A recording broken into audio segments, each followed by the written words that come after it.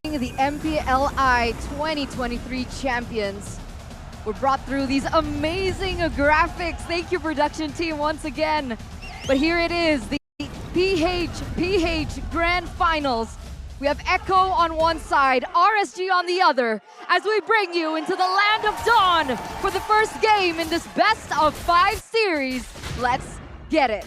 Hey, in the bottom lane, XP Sanford already gonna be bullied here by Nats and Light, trying to go for a very early cut to the game. Kaltizi and Demon Kite as well. Fredrin versus Martis. This matchup, who's it favored for? Ooh, Fredrin versus Martis. I still feel it's going to be Fredrin. Like, there's a lot more ways for him to recover. But when it comes to snowballing, especially with the Kaja that you can secure the kills with, you're gonna go with the Martis in the early stages of the game. And one thing I'm really concerned about for RSG, and I think I said it in the draft, was the laning stage of the Paquito versus the Phoveus, how Phoveus-sided it is. But RSG, the way that they fixed it is, put Light in there. It's a 2v1, and they clear the waves fast.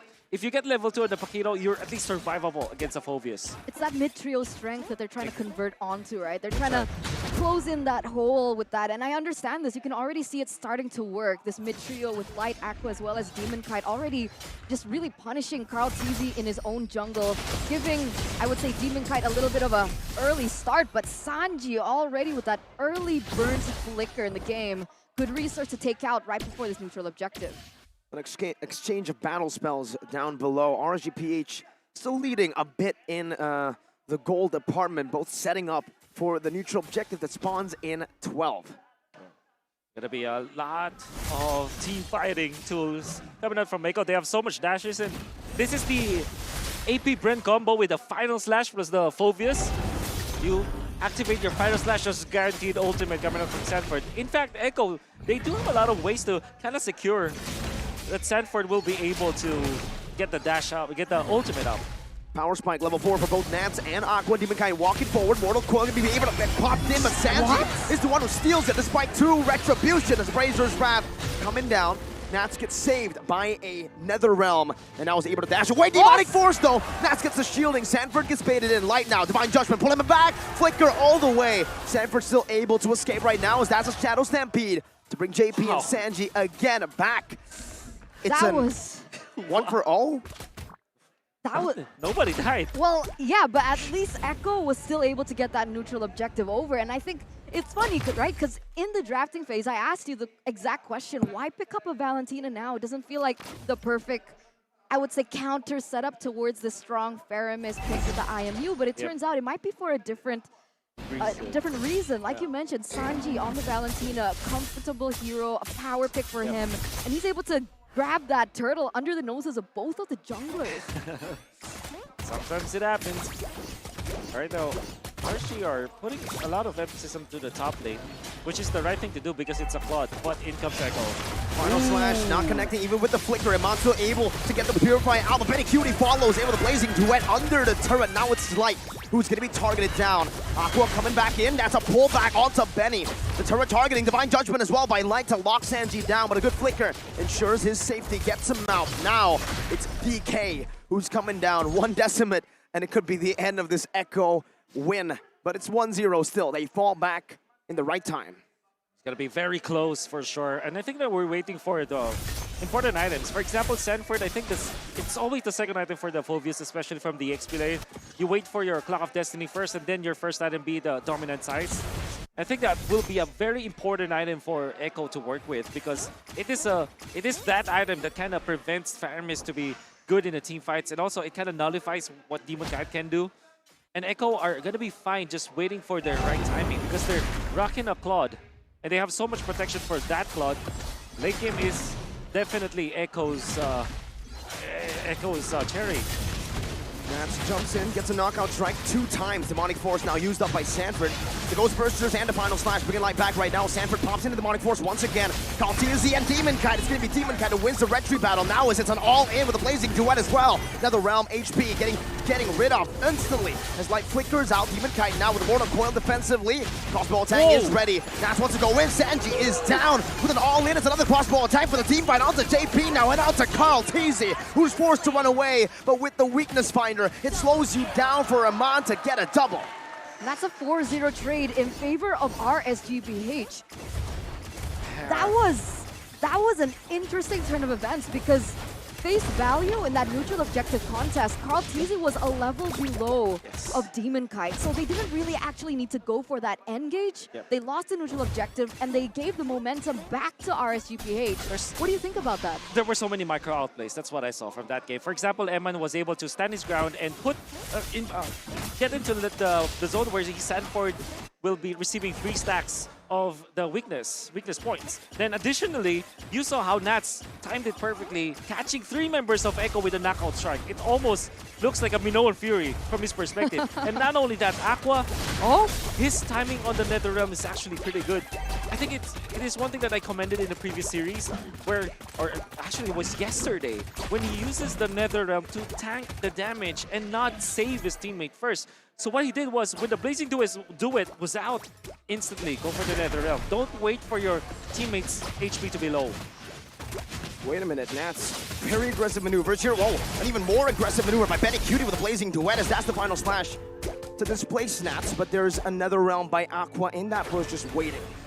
That's 2.2k gold lead for RSGPH. With that kill over to Amon, I still do see a very distinct gold difference between these gold laners. Mainly because Amon is 2-1 and 2. And Echo, they're just smoking at this point. They will try to still contest this one. Level 8 Carl Teasy, level 11 Demon Kite. 3 levels? Carl Teasy not having a good game right now, but Fine Judgment locks JP down. That's a crossbow tang as well by Iman, but it's going to be tanked up by the Nether Realm. Demon Kite wins out the Registry battle. Now with Nats in the back line, JP going to be taken low, but the taunt there saves him for a bit. Aqua follows it up and finds another. Sanford in the back gets another. It's a 1-for-1 trade in the team fight so far as Carl Teasy gets a massive Appraiser's Wrap, but Demon Kite's back in with a Mortal Coil, chasing Benny down. Sanford rotating over. That's Demon Kite, way too overextended and punished by Echo. 2-for-1 trade, but Echo still, no, RSGPH still pick up that neutral objective. Are these trades ultimately good for Echo? I mean, they've been forcing all these team fights. They have been getting a little bit of kills, but at the end of the day, it's still RSGPH with the gold lead. Absolutely not good for Echo. It's mainly because Carl Teasy is losing on gold, and surely you did take out Demon Kite, but having, what, 2 levels up on your jungler, it's really unforgivable for Echo. They really need Benny Cutie to do the heavy lifting now. And speaking of heavy lifting, we're talking about Nats being the Hulk for RSGPH. I think he's activated. He's smashing right now. Knockout strike. Oh, Betty's running away. The final slice doesn't connect onto Nats. Forces a whole lot of resources from inside of Echo. And JP is going to be the one caught Demon Kite. You dash to him and he decimates you. RSG Philippines are on a different level right now. And I think that the fact that they played in the earlier series with a massive win against AP Bren, their morale is much better compared to Echo because of the momentum. And I think that you can see it through the way that they are handling their heroes, their characters. It kind of seems fluid for RSGPH. What I'm trying to say here is RSGPH looked like a team like well warmed up, well oiled up. I think that they have better decision making compared to Echo. So why do you think that is? I mean, this is not something that I recognize from Echo. They understand that they're in a tough position, yet they keep forcing the same thing, looking for a different output, but the return is exactly the same. They're still losing trades. Yeah. Why do they keep forcing it? I guess because it's they feel comfortable with their signature heroes. They feel very comfortable with their draft. Honestly, I also don't agree with their decision making, but here we are. They're gonna contest once again. Let's see if Echo can look for a big fight. It's Divine Judgment time. 4Light gets it. Nether Realm instantly by Sanji. A big resource for another. 1-for-1 in the resource battle. Sanford though. Demonic Force now into the mid lane. Nats and Iman need to be very safe. The Demonic Force continues over to Iman, and now there's another round from Aqua forced out. Crossbow Tang now used up already. That's a flicker defensively by Sanji as they look for the Lord. Demon Kite versus Carl Teasy. Sanford low and a Decimate. 2 Decimates from Demon Kite. The Mortal Coil as well. It's not just 2 Demon Kites. It's 3. It's 4. It's a Maniac for DK. But Carl Teasy, against all odds, was still able to pick up that Lord? What?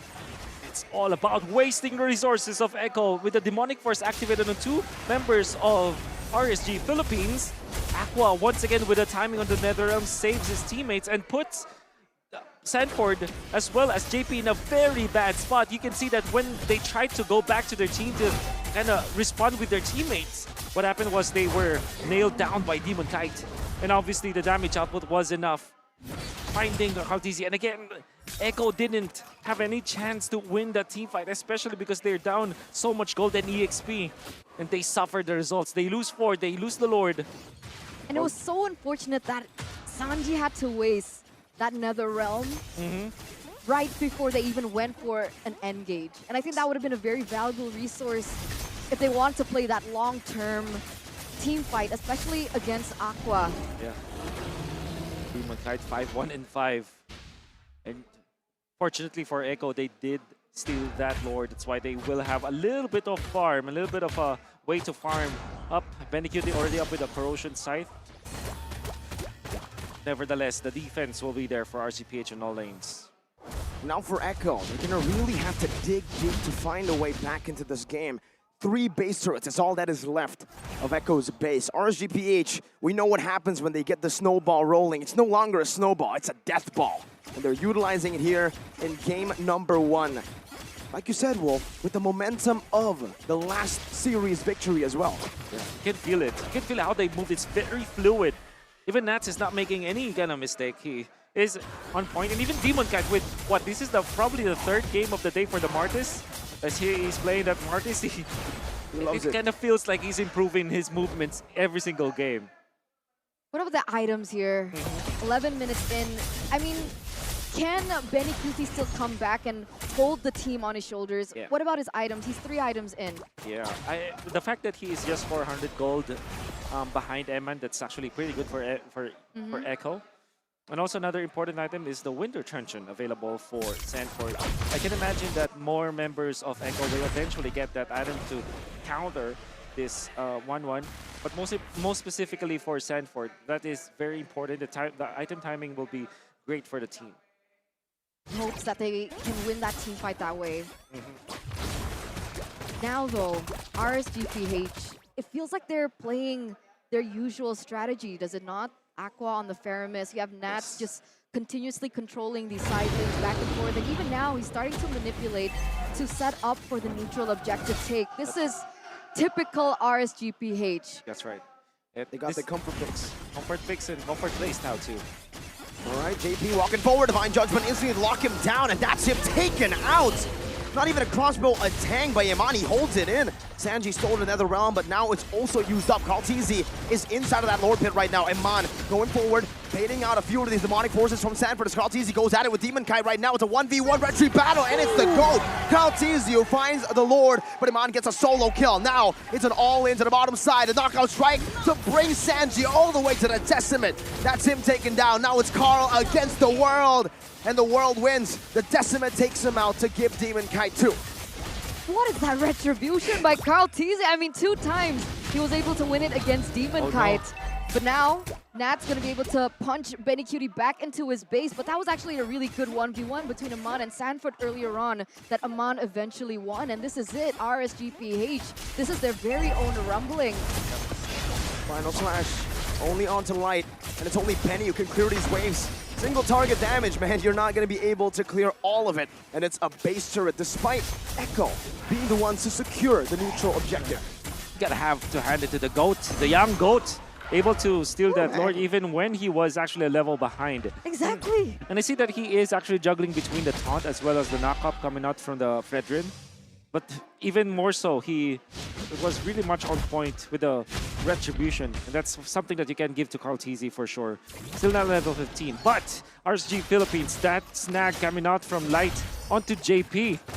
They even forced the Netherrealm, and they want more. Good reaction by Benecute right there. Now the whole team is baited out. The final slash from JP. That's a big one with a flicker comboed in. Now it's another round. The demonic force falling through all the way to the back line. Iman giving him a lot of resources to just continue to pop this demonic force. Echo on the chase. Iman finally getting out of that range, getting into the base turret. But now it's Echo who are fighting, who are winning the fight, despite a 4,000 gold deficit.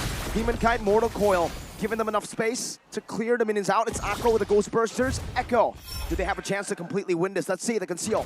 Used up by JP, all just to back away for now. What in the world happened there? Light gets taken out and instantly Echo's able to hold back the ball? Echo just super on point when it comes to identifying some weaknesses from their opponents, even when they're behind. They found an opening onto the front lines, and the RSG PH utilized their Netherrealm just to save Light. Then eventually they took over. As long as they are zoning out Emma, they're going to be A-okay. And the fact that Sanford has now reached critical mass, I think that he has his 4th item already, it makes it so that he is the nuisance. Obviously, he deals the damage, and he's very tanky, but more so, it's a disruptor for RSGPH. It's like he destroys the formation of RSG Philippines. So, in the coming team fights, in the late game, Sanford's role will be so important for the team. But being able to zone out Amon is one thing, right? Yeah. Poor damage dealer for RSGPH, but if we take a look at the damage dealt, it's actually Aqua at #1 in the leaderboard. That's very true. That's why Carl TZ went in for the Athena Shield. I reckon Benny Cutie will have to consider it also. They can see that he can easily be bursted down because of that. So yeah, you really have to take care of Eman, but you also have to take care of Aqua. And now I'm worried, right? Demon Kite and Carl TZ, they're both at level 15. At this point, with a 5k gold difference, it feels like it doesn't matter. It feels like a 50-50. Yes. It's all about the Nether Realms now, actually. From both Sanji as well as Aqua. It's all about who is better at zoning out. That's already put low. Lord Dan still reset it here. Both teams do not want to go for the full commitment, especially RSG, who've been in the lead and are still in the lead for now. It's Light, Divine Judgment locking Carl TZ down him on with a rotation. The final slash with the Appraiser's Blast was dodged away from because of the final slash. Now it's a demonic force onto the demon himself, Demon Kite, and onto Light and Iman. Demon Kite getting out the Vengeance, not able to get fully resetted there. But looking across both tanks, Edford might just be outplayed here. That's what Blazing do it from Benny Cutie onto the back, and he finds the big play to shut Iman down. Now it's Light concealed in, flickering forward, Benny! With the immortality, and now it's Sanji, super low, taken out, knocked out by Nats. In game #1, it's still a 2-for-2 in the 17th minute. Aqua trying to find a good angle to look for another, but it's equal. Wow. The legend himself, man. Benny, what? Oh my goodness. That was beautiful. The outplays coming through, coming in with the last second. That decision of making championship blood running through his veins. That critical last moment really won him an equilibrium with RSGPH here in the 17th minute. They read it through. Sanford went in for the play, went for Demonic Force onto Eman. He knows that Eman eventually will get the stacks and will get the ultimate. And when he activated the Winter Truncheon, he made it so that he is very low, that he would actually wait for that suppression to be out. And then when he is about to get back out of the frozen state, that was when Benny Cutie went in with the BMI. That was really smartly played by Echo. And now it's back to this, back to square one, back to this Lord dance. Ladies and gentlemen, almost 19 minutes in, we're back to this Lord Tango coming through. And again, right, Nats still trying to be that detrimental force in that bottom side, pushing in that far lane. And what does that do for his team? It actually is able to bring Stanford out of the team in hopes that Aman will be a little bit more free if it comes to a team fight. Light and Eman holding the long bush for Carl TZ. Ooh, all the weakness point popped in. Look at that, half HP instantly. That's Carl TZ, the main frontliner of Echo. Yeah, we gotta have to watch out for the Benny Cutie plays, by the way, at this stage for Echo.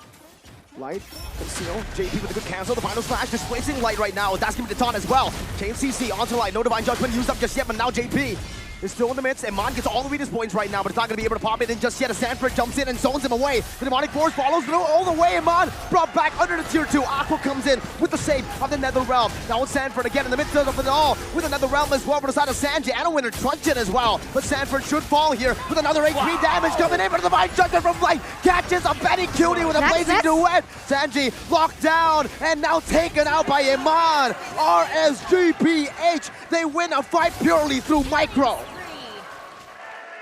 Oh my goodness. Eman, I've seen that before. It was a marquee-esque play. Back in season, what, 10? They countered the Phobius. And RSG, oh my god, they're gonna end it. They went for the juggler. And a divine judgment to end it all. The final slash will truly be the final one of the game, as Echo will fall in game number 1. Wow. Amazing. I'm still at a loss for words with that play. Wait, RSG, what?